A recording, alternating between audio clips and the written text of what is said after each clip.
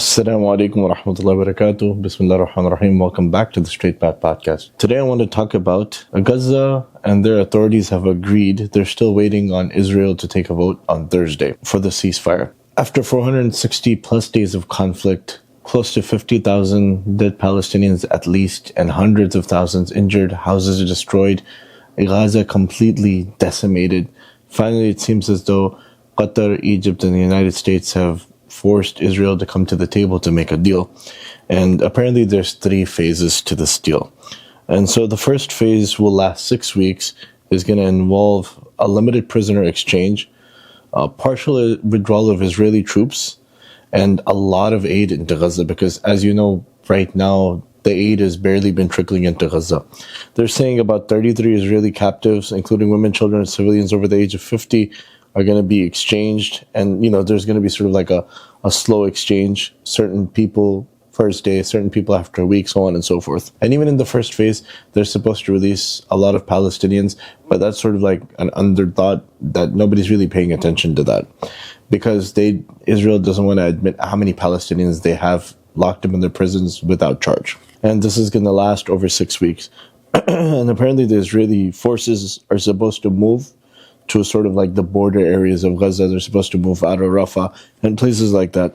They're supposed to allow Palestinians to go back to the north and go back to their houses, but they have to pass through Israeli checkpoints, which are set up in the middle. They're supposed to allow about 600 trucks of aid a day, which is still not enough.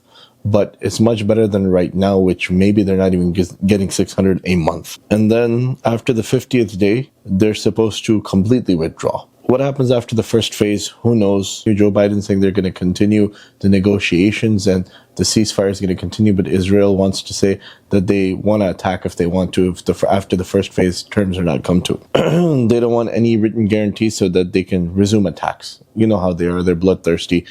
Right now, they have Ben Gvir and Smotrich who are saying they're going to leave the cabinet if they agree to a deal. That they don't want a ceasefire, they want to continue attacking Gaza until they completely destroyed. What's supposed to happen in the second phase is Hamas is supposed to release all remaining living captives, most of the male soldiers, in return for freedom of Palestinians.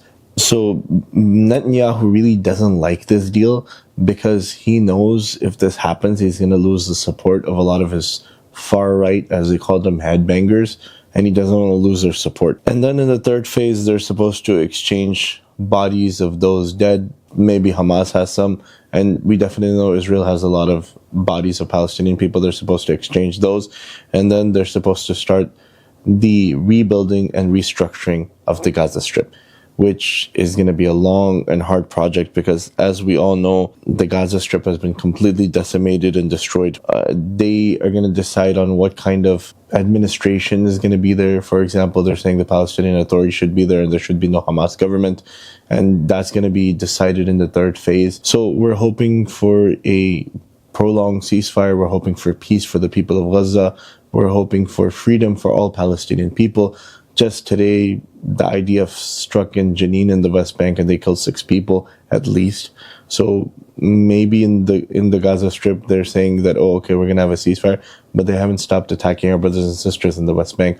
So may Allah subhanahu wa ta'ala protect our brothers and sisters around the world, and may Allah subhanahu wa ta'ala protect our brothers and sisters in Palestine, and may He give them safety and comfort, and may He accept the martyrs of Palestine, and may Allah subhanahu wa ta'ala heal those who have been injured throughout the conflict, and may Allah subhanahu wa ta'ala give sabr and success to the orphans, and may Allah subhanahu wa ta'ala protect all of our brothers and sisters around the world. Jazakallah khair. Assalamu alaikum wa rahmatullahi wa barakatuh.